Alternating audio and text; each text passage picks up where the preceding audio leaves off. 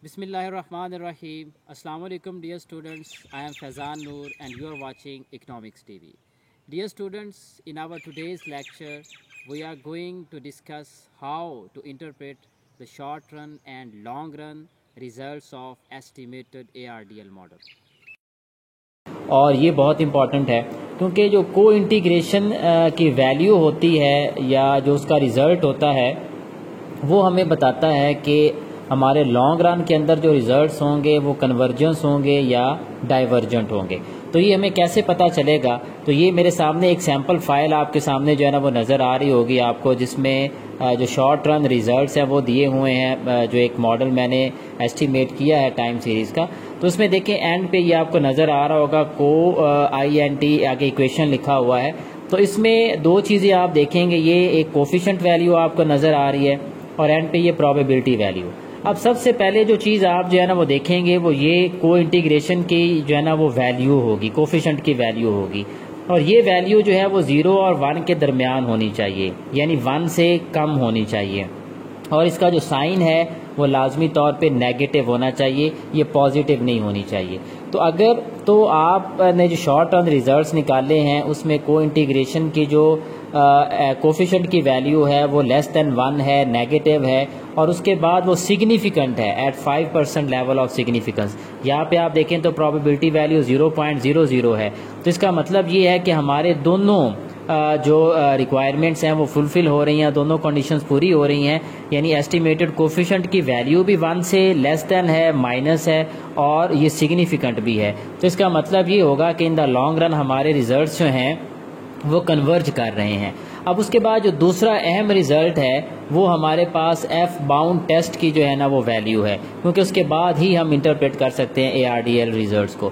तो F bound test के बारे में मैंने अपनी सारी जो है ना वो इन्फॉर्मेशन आपके साथ शेयर की हुई है लास्ट लेक्चर के अंदर, जिसमें मैंने बताया था कि ये देखने के लिए कि को इंटीग्रेशन जो है वो एग्जिस्ट करती है या नहीं करती, या लॉन्ग रन रिलेशनशिप वेरिएबल के दरमियान है या नहीं है, हम जो एफ बाउंड टेस्ट की कैलकुलेटेड वैल्यू है उसको लोअर और अपर बाउंड के साथ जो है ना वो कंपेयर करते हैं। और अगर एफ कैलकुलेटेड की वैल्यू लोअर और अपर बाउंड की वैल्यू से ज़्यादा हो तो हम कहते हैं कि लॉन्ग रन रिलेशनशिप एग्जिस्ट करता है। तो इस मॉडल के अंदर अगर आप देखें तो यहाँ पे जो एफ स्टैटिस्टिक की वैल्यू है वो 6 है, और लोअर बाउंड और अपर बाउंड की वैल्यूज़ जो है ना वो कम है। ये देखिए 2 के जो है ना वो राउंड अबाउट है, और इसी तरह से 3.3 है, 3.38 है, 3.73 है। तो इसका मतलब है लॉन्ग रन रिलेशनशिप एग्जिस्ट करता है। अब नेक्स्ट फेज आ जाता है हमारे पास कि हम इंटरप्रिटेशन कैसे करेंगे रिजल्ट्स की। तो यहाँ पे एक बात, चूंकि जब टाइम सीरीज मॉडल होता है तो उसमें हम शॉर्ट रन रिजल्ट्स अलग निकालते हैं, लॉन्ग रन रिजल्ट्स अलग निकालते हैं। तो यहाँ पे याद रखिएगा कि टाइम सीरीज डेटा को जब हम एस्टिमेट करते हैं तो जो शॉर्ट रन रिजल्ट्स होते हैं उसमें जस्ट जो को इंटीग्रेशन की या हमारे पास जो एरर करेक्शन की वैल्यू होती है सिर्फ उसी को जो है ना वो देखा जाता है, ताकि हमें पता चल सके कि इन द लॉन्ग रन हमारे रिजल्ट्स जो है ना वो कन्वर्ज हो रहे हैं या नहीं हो रहे हैं, और उसका मजीद इसके अलावा कोई इंटरप्रिटेशन जो है ना वो इसमें हम नहीं करते।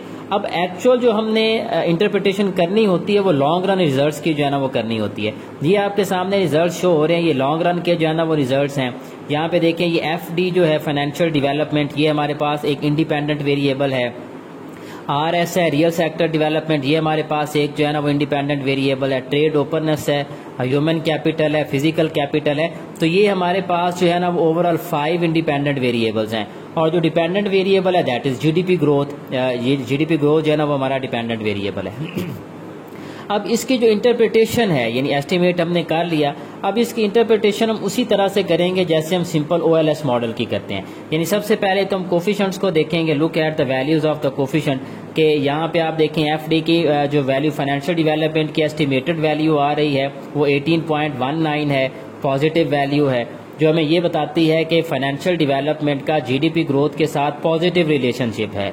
और जब फाइनेंशियल डेवलपमेंट ज़्यादा होगी तो GDP ग्रोथ जो है ना वो ज़्यादा होगी, और on average 1% increase in the financial development, आपकी जो GDP ग्रोथ है उसमें 18.19% जो है ना वो इजाफा होगा।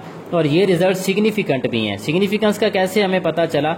उसका पता हमें इस प्रोबेबिलिटी वैल्यू से चला जो कि 0.05 से 0.10 से जो है ना वो कम है। तो इसका मतलब ये है कि फाइनेंशियल डेवलपमेंट जो है तो वो 10% लेवल ऑफ सिग्निफिकेंट पे जो है ना वो आप कह लें सिग्निफिकेंट रिजल्ट जो है ना वो शो कर रही है। फिर उसके बाद दूसरा वेरिएबल है रियल सेक्टर डेवलपमेंट।